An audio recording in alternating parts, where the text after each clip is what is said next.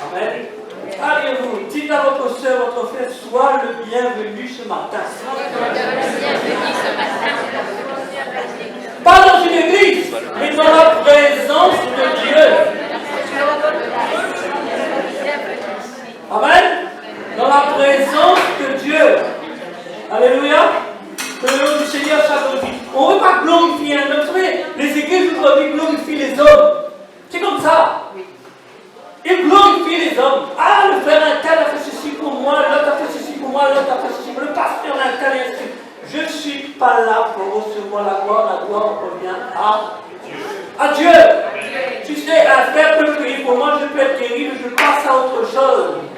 Mon frère de je passe à autre chose, je passe à glorifier Dieu. Amen. Amen. Parce que si on glorifie l'homme, c'est pas mon sujet de cette façon. Si on glorifie l'homme, qu'est-ce qui se passe? L'homme, il va continuer à bâtir son empire. Il ne bâtira pas l'empire de Dieu, il va bâtir son empire. Il faut bâtir l'empire de Dieu. Il faut bâtir l'église de Dieu. La Bible dit que je bâtirai mon église. Les portes de l'enfer ne prendront pas contre elle. Amen. Ce matin, mon message, c'est les ruses du diable. Et l'église doit savoir c'est quoi les ruses du diable. Parce que sinon, nous allons nous faire bouffer. Mais il faut que c'est nous qui le bouffons. L'église. Amen. Alléluia. Vous êtes prêts?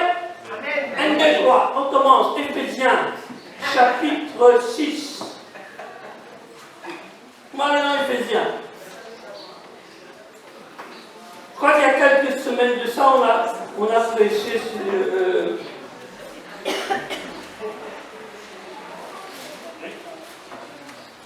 Éphésiens 6.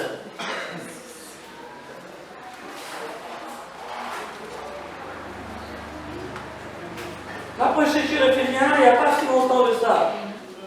Je vais continuer dans ce même domaine. Un peu. On ne finit pas, on finira encore la semaine prochaine. Amen. Il faut que l'Église avance. Amen. Pour détruire les œuvres du diable. Alléluia. Éphésiens 6, chapitre 10.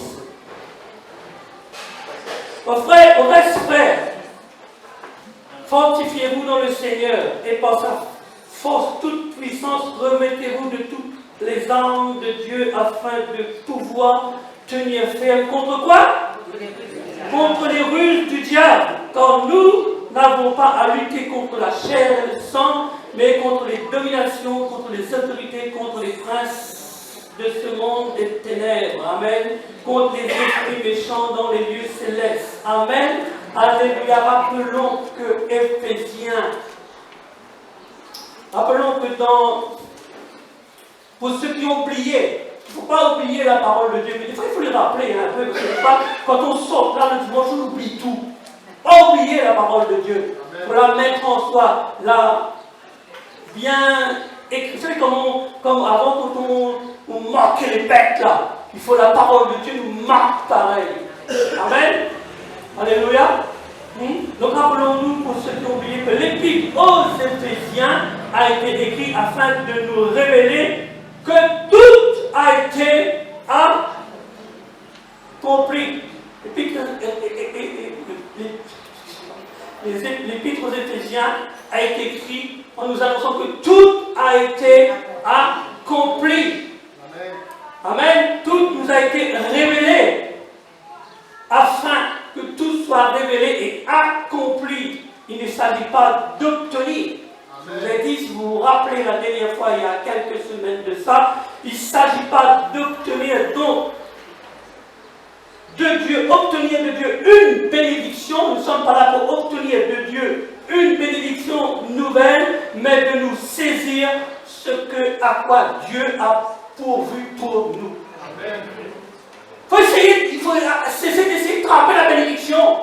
On ne rattrape pas la bénédiction, elle est déjà là. En fait, c'est nous qui doit la saisir. Quelque chose qui est pourvu. Pas que je vous ai dit, trouver une table là, on met plein de manger dessus, toutes sortes de qualités de manger dessus. Vous restez là-bas, vous n'êtes pas travaillé, vous n'avez pas mangé. Il faut venir prendre et manger, n'est-ce pas? Pareil. Donc, les bénédictions, Éphésiens dit tout a été accompli. Tout a été révélé, tout a été accompli. Mais si tu ne vas pas chercher, comment tu vas faire? n'arrivera pas, frères et sœurs. Donc, l'Église est fait pour aller chercher ce qui a été prévu. Ces versets indiquent, quand nous lisons ce paragraphe d'Éphésiens 6 au verset 10, ce verset indique que, d'une manière bien explicite, que nous sommes engagés dans une guerre. N'est-ce pas? Est-ce que vous êtes engagés dans une guerre? Ou sinon vous tournez les pouces tous les jours et vous dites, moi, nous sommes l'église pour nous sommes... Non, nous sommes engagés dans une guerre. Amen. Nous sommes engagés dans une guerre, dans un combat. Et malheureusement, pardonnez-moi, frère et sœurs, mais ceux qui ne voient pas que nous sommes engagés dans une guerre, malheureusement, ils sont déjà vainqueurs. Ils sont déjà vainqueurs. Déjà, ils sont voués à perdre. Parce qu'il faut qu'ils sachent qu'ils sont dans une guerre contre le monde quotidien, contre les princes de ce monde. Amen. Bataille ne se mène pas quelque part dans les lieux célestes. Nous n'allons pas monter combattre dans les lieux célestes. Ça sera notre rôle, d'aller combattre dans les lieux célestes. Mais la bataille que nous devons mener, c'est entre nos oreilles, là, vous voyez. Et quoi? Entre nos oreilles et nos pensées, le combat se mène. Amen.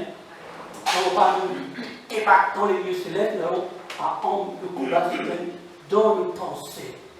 Amen.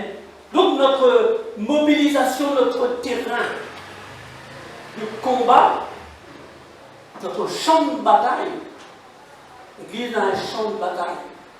Vous allez dire, ah, c'est ce qu'on dit à l'Église pour bataille, non. Non, mais l'Église a un champ de bataille. Que nous tous, en tant que chrétiens, nous devons être. Je suis le champ de bataille.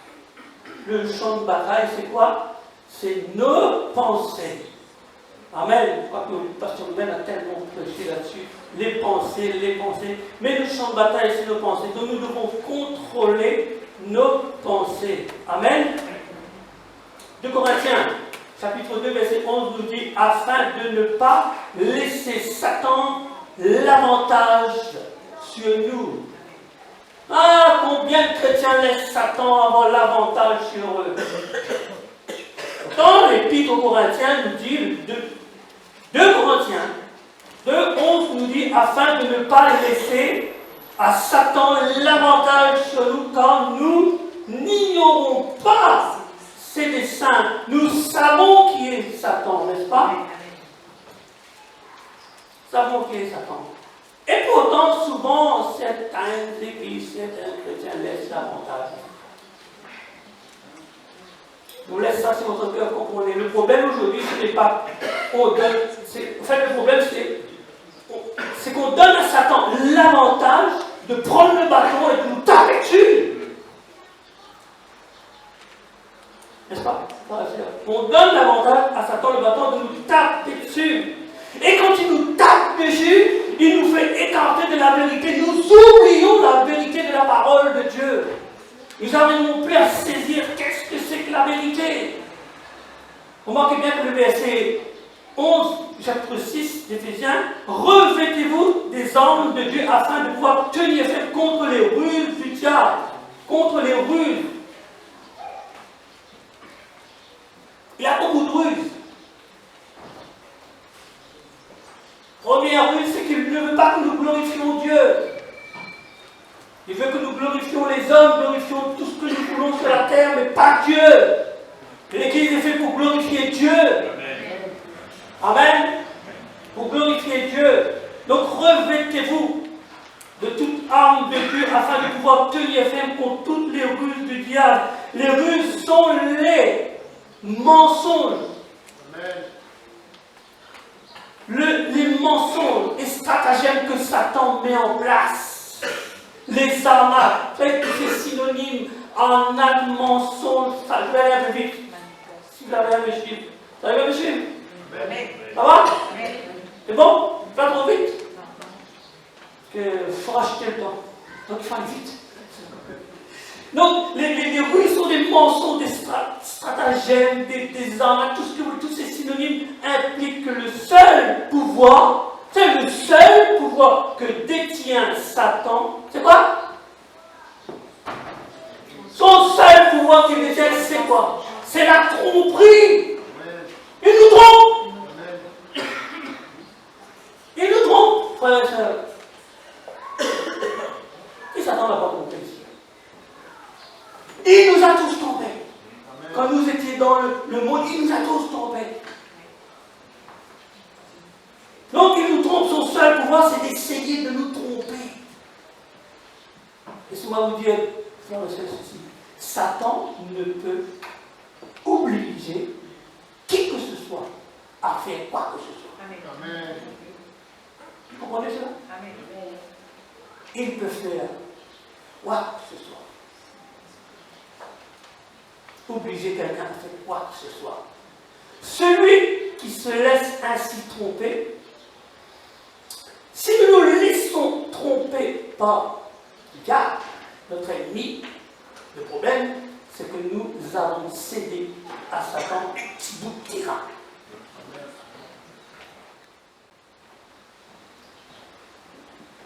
Nous avons cédé à Satan un petit bout de terrain. Celui qui laisse ainsi se tromper, c'est un petit bout de terrain. Le diable ne constitue, je peux le dire comme ça, le diable ne constitue pas un obstacle, mais il veut nous empêcher de connaître la vérité. Nous empêcher de connaître la vérité. Si nous connaissons la vérité, frères et sœurs, il ne peut pas être un obstacle pour nous. Amen. Si vous êtes fondés sur la vérité, ces ruses ne peuvent pas nous atteindre. Amen. En aucun cas. Mais il faut être fondé sur la vérité de la parole de Dieu. Amen. Donc si nous sommes fondés sur la vérité, il ne peut rien contre nous. En tant que croyants en Christ, il nous faut saisir la vérité. Amen. Il nous faut saisir la vérité. Pas n'importe quelle vérité, parce qu'il y en a qui inventent des vérités. C'est pas trop normal de dire ça, inventer une vérité dans le Dieu. Ça, c'est la vérité. Amen. Ça. Amen. Parole de Dieu est la vérité. Quand nous commençons à détourner de la parole, il y a un problème qui se passe. C'est qu'on a cédé à un terrain au diable. Et quand on a cédé le terrain au diable, ben on est sur son terrain parce que ça appartient à lui maintenant. On est sur son terrain. Et quand on est sur son terrain, il fait un peu n'importe quoi avec nous, nous sommes la marionnette, et lui, boum. Pas céder le terrain au diable. Donc, Satan est un adversaire totalement vaincu. Qui Satan est un adversaire totalement vaincu. Non, mais là, il n'entend pas, il faut qu'il y ait fort pour qu'il entende bien. Vaincu. Voilà, il est totalement vaincu. Il n'a aucun pouvoir. Dites-le, il n'a aucun pouvoir. Tu n'as aucun pouvoir. Tu n'as aucun pouvoir. Amen. Il n'a aucun pouvoir. La seule action qu'il puisse faire, frères et sœurs, c'est nous mentir. Amen. C'est aller à notre rencontre, essayer de nous tromper au moyen du mensonge. Il va essayer de nous tromper au moyen du mensonge. Ruse, stratégie. Tout ce que vous voulez, mais il va essayer de nous tromper. Et une fois qu'on est sur son terrain, une fois qu'il a pu gagner une partie de nous, alors il va s'arranger pour que la marge de manœuvre se retourne contre nous. Malin, pas tout faire pour tout retourner contre nous. Et nous nous éloignons de la vérité de la parole de Dieu. Voilà pourquoi, frères et sœurs, l'ignorance. Ce matin, avant de continuer, ce matin, je dis, Seigneur, j'étais là, je dis Seigneur, j'ai besoin que tu me dis si je dois prêcher ce message ou pas. Toujours je demande à Dieu, moi. J'ai besoin d'une confirmation de Dieu. Et quand Moïse est arrivé sur les femmes, il m'a dit, vous voyez le verset, Osée 4, 6, je dis, ah là là, Seigneur, merci parce que tu m'en confirmes, que j'avais mis à la fin de ma prédication, Osée 4, 6. Seigneur, tu es grand, tu es puissant, parce que tu confirmes ta parole chaque fois. Amen. Voilà pourquoi je disais que l'ignorance coûte si cher. Le diable veut nous garder loin de la vérité pour que nous puissions mieux croire au mensonge. Comprenez ça? Tant qu'on est gardé loin de la vérité, tant qu'on est loin de la vérité, ben le mensonge peut prendre place, frères et sœurs. Oui, c'est. Il faut faire attention de nous éloigner de la vérité de la parole de Dieu. Amen. Il faut faire attention. Il faut que la vérité soit ancrée en nous. Amen. Puisse être en nous. Vous savez, après avoir vivement, après avoir vivement réprimandé les Corinthiens pour être tombés dans toutes sortes d'actions irrépréhensibles, Paul dira quelque chose dans 2 Corinthiens 11, 3. Ah, on peut le lire ensemble. Donc, 2 Corinthiens 11, 3.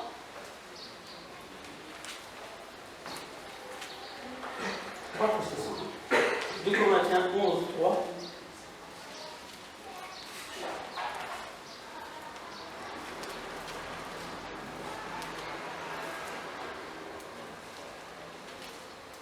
Voilà, c'est bien ça. 2 Corinthiens 11, 3. Toutefois, de même que le serpent séduisit Ève par sa ruse, je crains que vos pensées ne se corrompent et ne se détournent de la simplicité à l'égard de Christ. Ah. Cependant, ce n'est pas la même version que une fois. De même que le serpent a trompé Ève par sa ruse, j'ai peur que vos pensées se corrompent et ne se détournent de la simplicité, ici on en parenthèse, de la pureté vis-à-vis de Christ. Amen. L'ennemi essaie de nous emmener à croire que l'évangile est plus compliqué que nous croyons. Il va tout faire pour nous emmener à croire que waouh, comment tu vas faire pour croire la parole? C'est compliqué. C'est Dieu, tu n'arriveras pas à comprendre. Tu ne peux pas comprendre. Alors que l'évangile est si simple. Amen. Il va détourner la vérité. Afin que nous n'arrivons pas à saisir la vérité et croire aux mensonges, frères et sœurs. Donc Paul les a reprochés de ne pas comprendre la simplicité de l'évangile.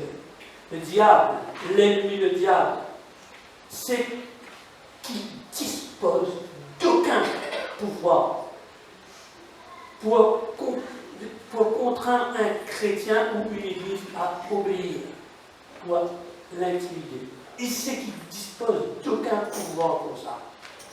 Seule chose, c'est qu'il doit mettre en place quelque chose pour nous tuer. Il doit mettre en place, il doit nous duper.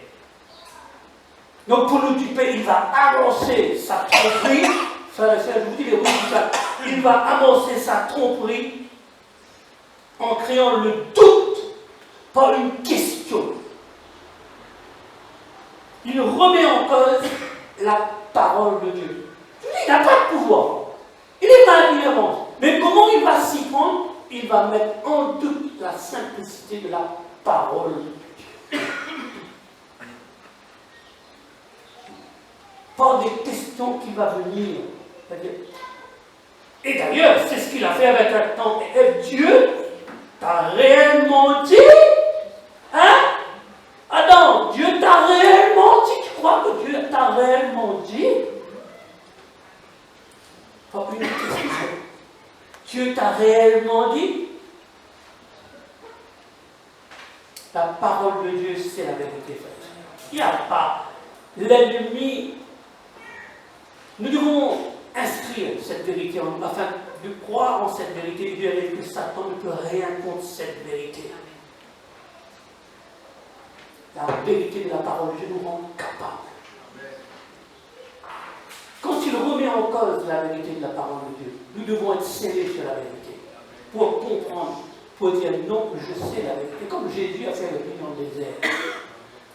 Donc la vérité nous rend capables de chercher Dieu et de nous abandonner à lui et de résister au diable, comme Jésus dans le désert. La vérité de la parole de Dieu nous rend capables. Elle nous rend capables de sortir des ruses du diable. Il ne vient pas, Satan ne vient pas pour nous forcer à faire quelque chose, lui. Non, ne vous inquiétez pas, il ne vient pas pour nous forcer à faire quelque chose. Il vient nous faire douter de quelque chose. Il vient nous faire douter. Vous voyez comment il procède, frère et sœur? Et il continue son œuvre. Ça s'est passé dans le jardin d'Éden, mais il continue son œuvre jusqu'aujourd'hui. Il n'a pas d'autre pouvoir que de mentir, que de duper l'Église, que de duper le chrétien, afin que le chrétien arrête de croire en la vérité. Amen. Ne soyez pas dupés par Satan.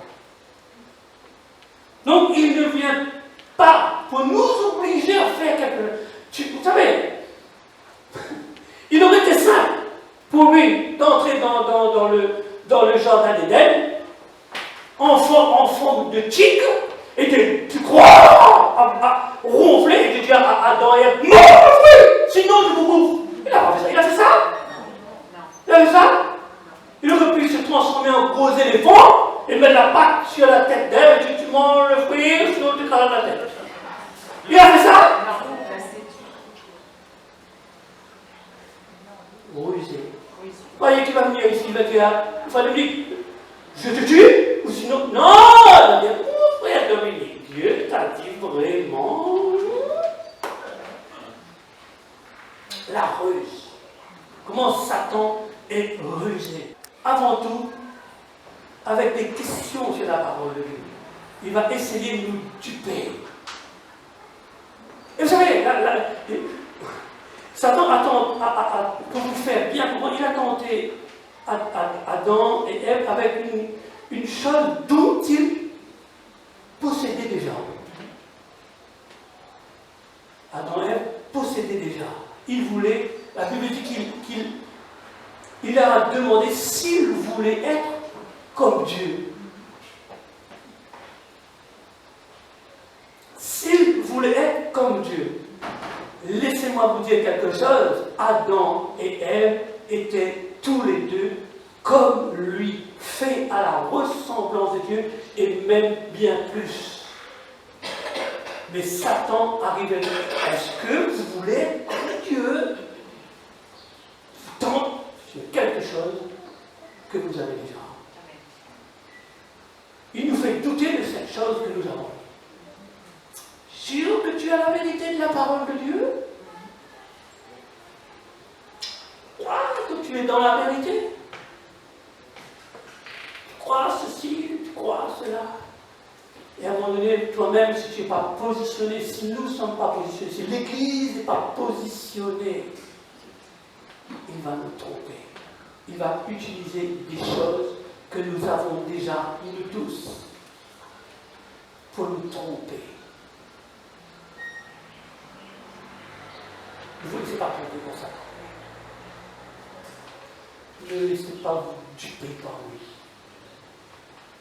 Lisez la parole de Dieu. Comprenez la parole de Dieu. Je prends un exemple. Parfois le diable nous dit Dieu aime tout le monde. À te dire, hein, Dieu aime tout le monde. Comment aimes-tu le chrétien? Dieu aime tout le monde. Mais qu'est-ce qui te fait penser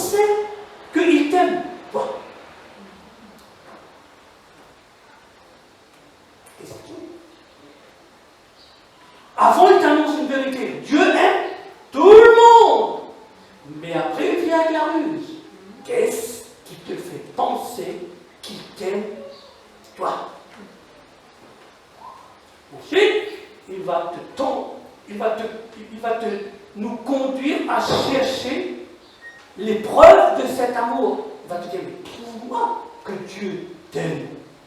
Montre-moi. La ruse. Montre-moi. Il va t'emmener dans une voie naturelle, pas dans une voie spirituelle. Il va t'emmener dans une voie naturelle. Il va t'emmener dans le naturel pour te dire, Dieu t'aime, mais regarde, tous les gens ne t'aiment pas. Il n'y a personne qui t'aime. Tu crois que Dieu t'aime? Il va t'emmener dans la voie naturelle, pas dans une voie spirituelle. Pour te prouver que personne t'aime, que Dieu t'aime. Et à la fin, tu as vu, Dieu ne t'aime pas. Ruse du diable. Et quand nous nous retrouvons sur son terrain, quand nous commençons à poser la question, est-ce que Dieu t'aime, est-ce que quelqu'un aime, que les frères, est-ce que mes frères et mes soeurs aiment, est-ce que ceci et que cela, vous savez, nous nous retrouvons sur son terrain avec un paquet de questions, incapables de nous saisir de la vérité que nous affirme la parole de Dieu. La parole de Dieu que Dieu nous dit qu'il nous a déjà tout donné. Tout donné. Je te pose encore la question si Dieu t'aime.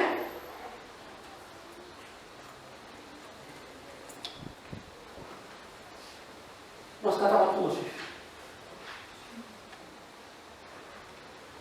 Alors que dans l'esprit, nous avons tout déjà. Nous avons tout déjà. Tu cherches quelqu'un pour t'aimer sur terre, mais ma soeur, mon frère, ne cherche pas quelqu'un pour t'aimer sur terre. Cherche quelqu'un qui t'aime dans l'esprit. Et tu verras l'amour des autres. Comprenez cela, frères et sœurs? Dieu nous a tout donné. Je vais vous donner une clé, la clé nous permettant de croire ce que nous possédons dans l'esprit se manifeste de manière tangible dans notre vie, c'est de croire en la provision de Dieu et de proclamer cela. Il faut croire en la provision de Dieu. Dieu a déjà pourvu pour toi. Si Satan arrive et te dit, est-ce que Dieu t'aime? Dieu a déjà pourvu pour cela. Jean 3,7 n'a pas dit Dieu a tant aimé le monde qu'il a donné son fils Jésus, afin qu'il faut croire en lui. Et toi, tu crois que Dieu ne t'aime pas? Ruse du diable, il va tout faire pour nous empêcher de mettre la vérité de Dieu en avant. Il va prendre des choses pour nous démontrer que ce n'est pas comme ça, alors que c'est comme ça, alors que Dieu a déjà tout prévu. L'Épître aux Éphésiens, prenez le temps de le lire, tout est accompli, tout a été pourvu. Amen, tout a été pourvu. Il y a un petit verset dans Philémon 1,6, c'est la version Martine, bien sûr, c'est écrit afin que la communication de la foi montre son efficacité en se faisant connaître par tout le bien qui est en nous, par Jésus-Christ. Je le relis. Philémon 1, 6, c'est le seul petit chapitre, je crois qu'il y a un seul chapitre de Philémon.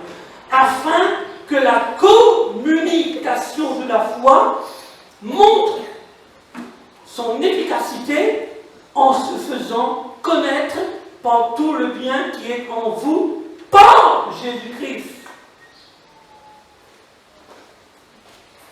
En se faisant connaître le bien qui est en vous par Jésus-Christ. Et le diable est en train encore duper l'Église. Il dupe l'Église. Il dupe les chrétiens en leur faisant croire que vous n'avez pas rien en Jésus-Christ. Vous croyez en la parole de Dieu? Amen. Je crois en ce verset. Oh, je vais l'expliquer plus simplement. Pour que notre foi soit opérationnelle, nous devons commencer par reconnaître tout le bien qui est en nous par Jésus-Christ. Amen. notre part Jésus-Christ.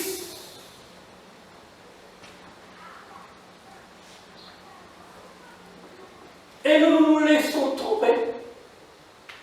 Pardonnez-moi, frère, nous nous laissons tromper. Je fais moi aussi, quand je mets du péché. Si je prêche, je ne prêche pas comme moi, je prêche comme moi aussi. Le diable vient nous mettre des questions dans la tête, dans nos pensées, et nous commençons à douter de certaines choses. Alors que la parole de Dieu nous dit que tout est en nous. Amen. En Jésus-Christ, nous sommes quoi? En Jésus-Christ, nous sommes complets. Ah, je ne sais pas. Nous sommes complets.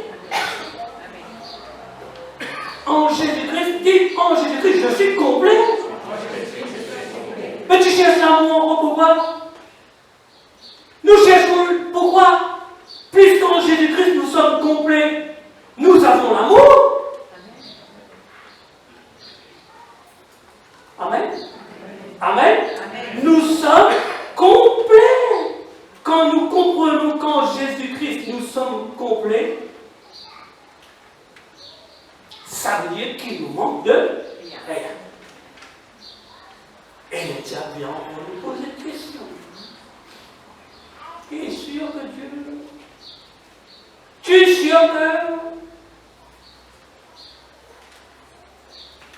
Nous sommes complets. Amen. Nous sommes complets.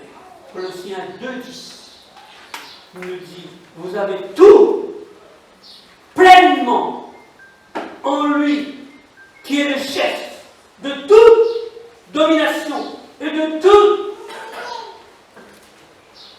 autorité.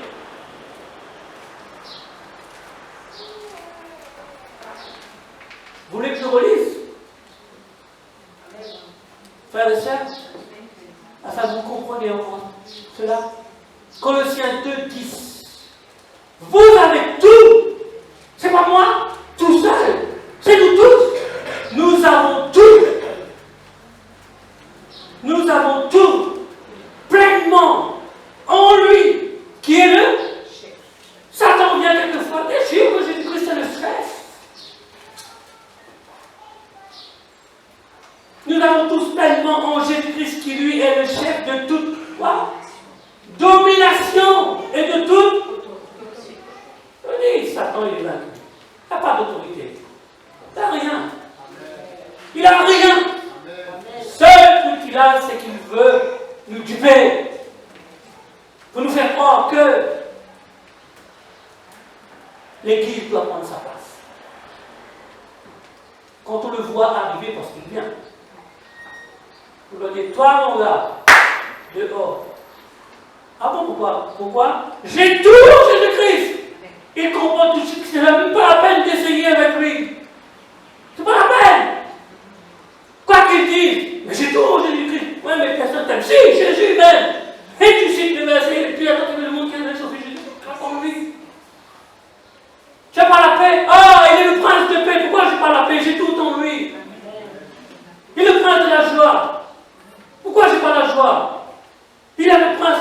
Et il y a des gens qui plaient en moi.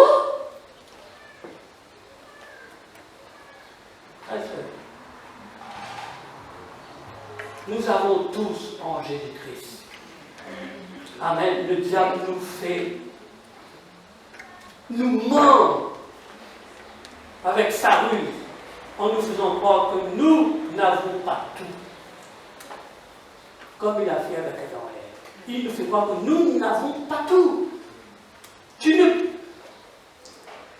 Il va nous poser cette question, frères et sœurs. Tu n'as pas tout. Il te manque des choses dans ta vie. Tu ne vas pas trouver à l'église. Pas plutôt dans une boîte de nuit, peut-être que tu risques de trouver. Pardonnez-moi. Si je dis ça, mais c'est la vérité, frères et sœurs. Nous devons prêcher la vérité de la parole de Dieu. Nous devons prêcher à côté de la parole de Dieu. Je vais vous dire quelque chose qui vient de se passer il n'y a pas longtemps. La paix ou la joie de Dieu, vous êtes déjà Seigneur. Non, tu as la joie, tu as l'amour de Dieu, tu as tout de Dieu, tu es complet. Il ne te manque de rien. Je pose la question, c'est que tu as donné un petit bout de terrain au diable. Donc il va venir, ne t'en fais pas, il sera là. Est-ce que Dieu peut me guérir? Il va te dire. Tu crois que Dieu peut te guérir? Et puis il va te montrer les examens. Ah, il va te montrer ton bilan. Est-ce que tu crois que Dieu peut te guérir? Regarde, tu n'as plus rien dans ton corps. Mais si Dieu peut te guérir, en Jésus-Christ, nous sommes complets. Pourquoi Dieu ne peut pas nous guérir? Dieu peut nous guérir. Amen. Quelle que ce soit la maladie que tu as, Dieu peut te guérir. Amen. Il va te poser la question.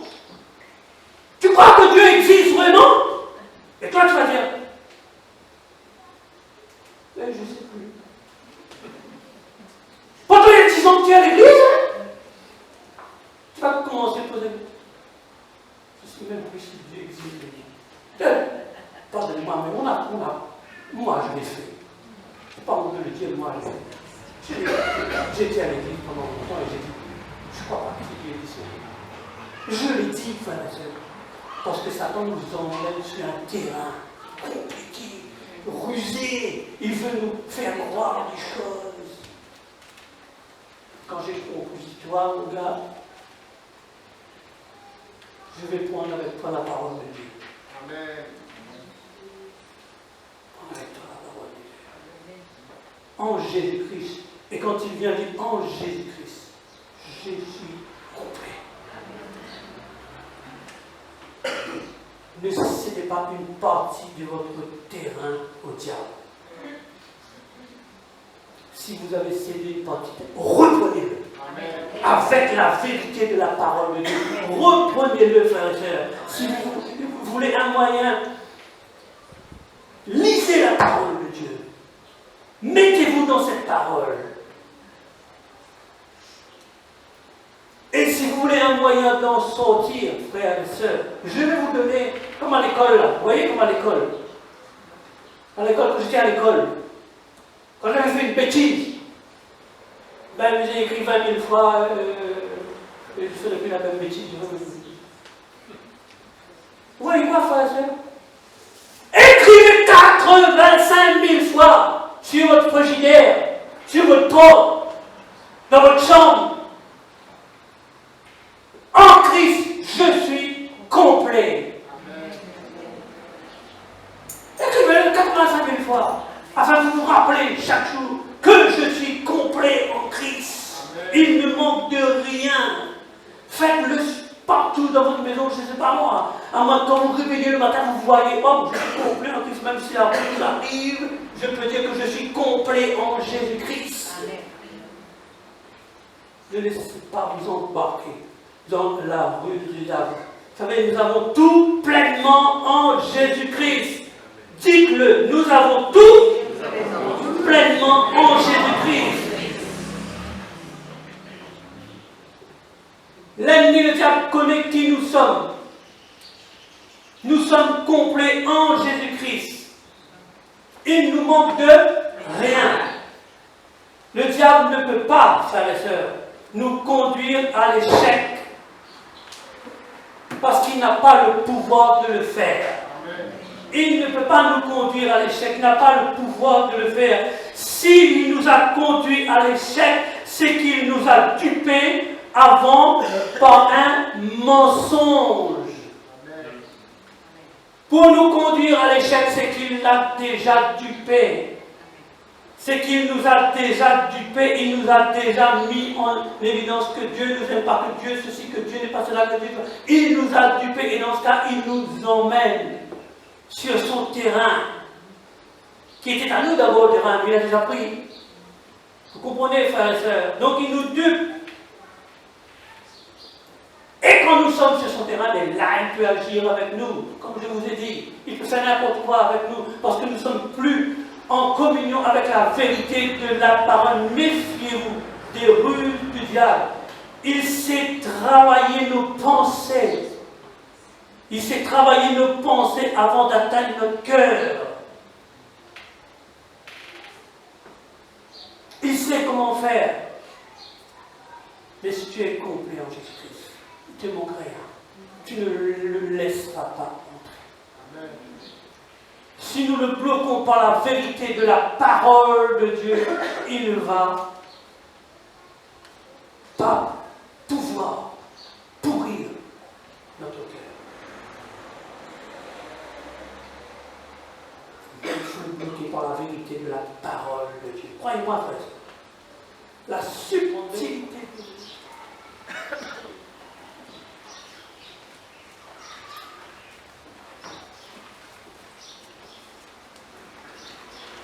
Luc 32, Jean, chapitre 8, verset 32. Il nous est dit que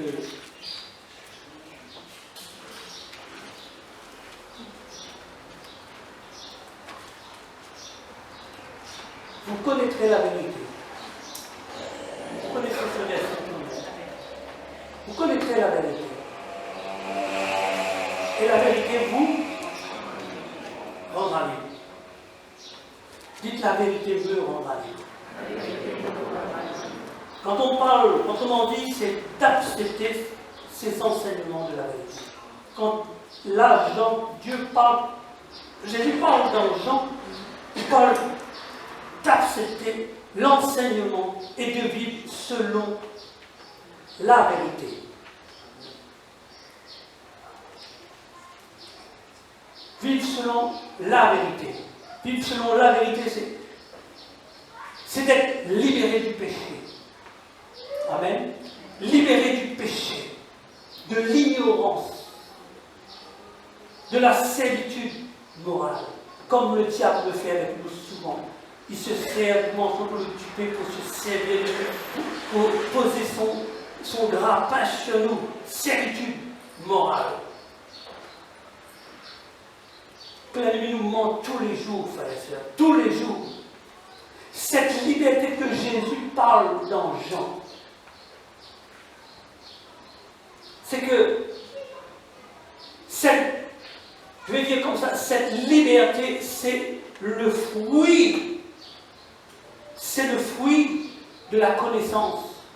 La liberté est le fruit de la connaissance. Et comme Moïse a dit, cela nous renvoie dans Osée 4:6, qui nous dit, faute de connaissance, mon peuple périt. Faute de connaissance, faute de la vérité, mon peuple périt. Faute que l'Église cherche la vérité, connaît la vérité, met la vérité en pratique, ils se font duper par le mensonge. Ils se font duper par les pièges du diable. Quand la liberté de la connaissance, ici on parle de la liberté de la connaissance dans l'esprit. Amen. La liberté de la connaissance dans l'esprit. Cela nous emmène à comprendre que Dieu, quand nous sommes libres dans l'esprit,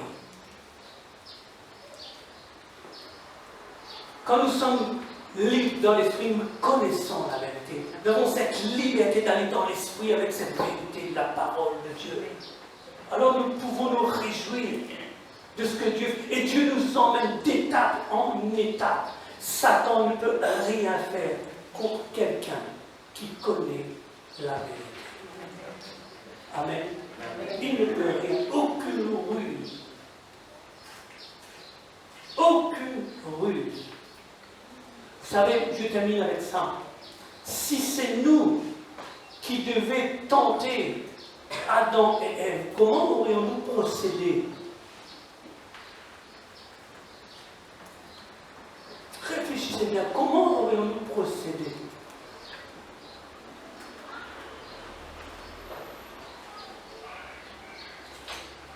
Ils avaient tout. Ils avaient tout. Ils étaient parfaits dans un monde parfait. Comment? Par l'argent? Ils n'avaient pas besoin. Par le manque de quelque chose, ils ne manquaient de rien. par les émotions, etc., etc. Ils n'avaient pas. Ils étaient parfaits dans un monde parfait.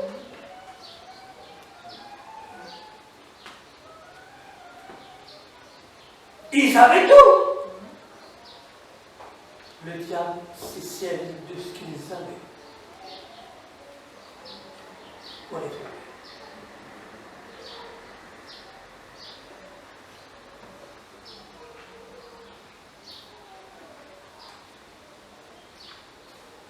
Amen. Servi de ce qu'ils avaient pour les faire. Il va se servir de ce que nous avons.